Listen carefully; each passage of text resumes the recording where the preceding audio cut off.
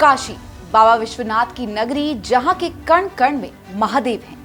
आज महादेव की उसी पावन धरती से देश के प्रधानमंत्री नरेंद्र मोदी ने लगातार तीसरी बार लोकसभा चुनाव के लिए नामांकन दाखिल किया है। नमस्कार, मैं हूं गायत्री और आप देख रहे हैं श्रेष्ठ यूपी। दोस्तों, एक ओर मोदी नामांकन दाखिल कर रहे थे तो दूसरी ओर बीजेपी पीएम मोदी के नामांकन के सहारे विरोधियों को एनडीए की ताकत का एहसास करा रही थी और एक प्रकार से विपक्ष पर मनोवैज्ञानिक दबाव बनाने की कोशिश कर रही थी।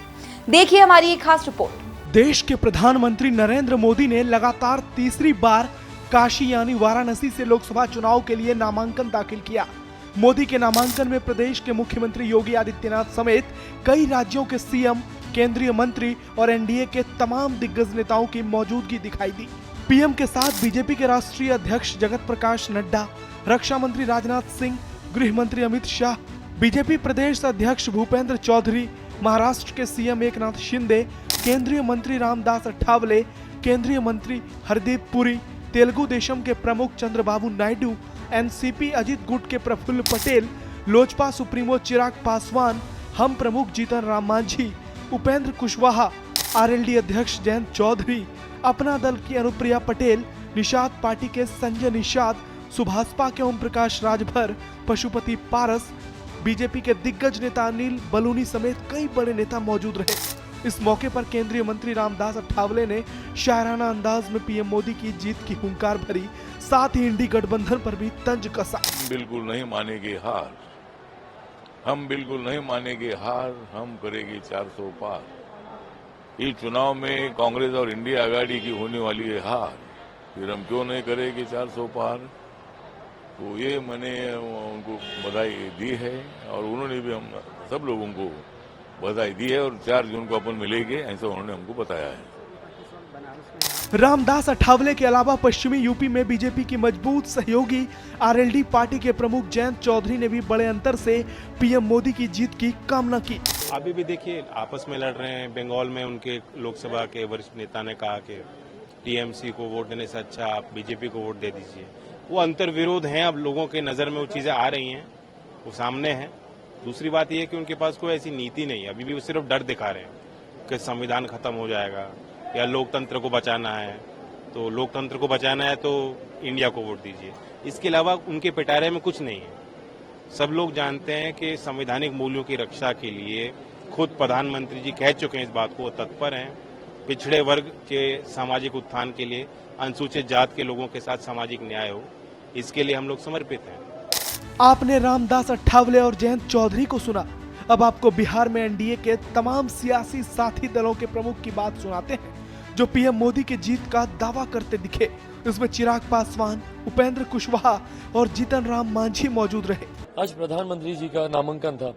तमाम दल के नेता, जितने एनडीए के अलाय पार्टनर्स हैं, हम सब उनके समर्थन में हम लोग यहाँ पे पहुंचे। ये कोई शक्ति प्रदर्शन नहीं है, ये समर्पण भाव है हमारा हमारे प्रधानमंत्री जी के प्रति, और ये हमारी ईमानदारी है हमारे गठबंधन के प्रति। अगर ये ईमानदारी का अभाव होगा, जो कि इंडिया अलायंस में देखने को मिलता है, विपक्ष में देखने को मिलता है, तो जनता तक आप उस संदेश को नहीं पहुंचा पाएंगे। तो मैं मानता हूं कि जहां हम लोग का गठबंधन मजबूती से आगे बढ़ रहा है, वहीं इंडिया अलायंस में अंतर विरोध इतना ज्यादा है, बिखराव इतना ज्यादा है, इसका नुकसान उन लोगों को होगा।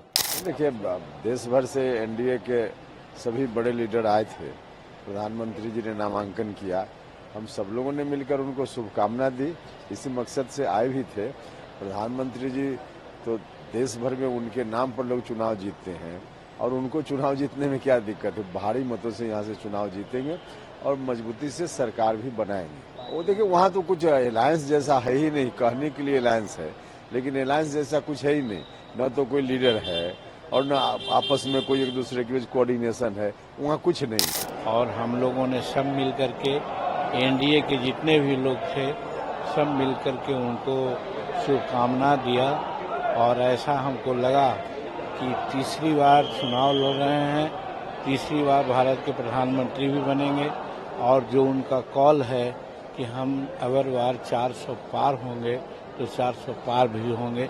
ये सारी शुभकामनाओं के साथ हम लोग यहाँ थे। एनडीए नेताओं के अलावा पीएम मोदी के नामांकन में प्रस्तावक बने बैजनाथ पटेल भी काफी खुश नजर आए।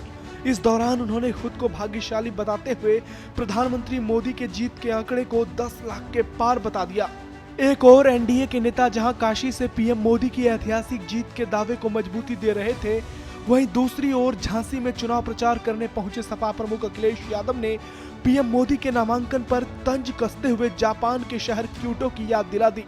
और जैसे क्षण आगे बढ़ रहे हैं, जनता का गुस्सा भी इनके खिलाफ बढ़ता चला जा रहा है। और ये देख लेना आप, जब 7वें चरण में चुनाव आएगा, जनता का गुस्सा इनके खिलाफ 7वें आसमान पर होगा।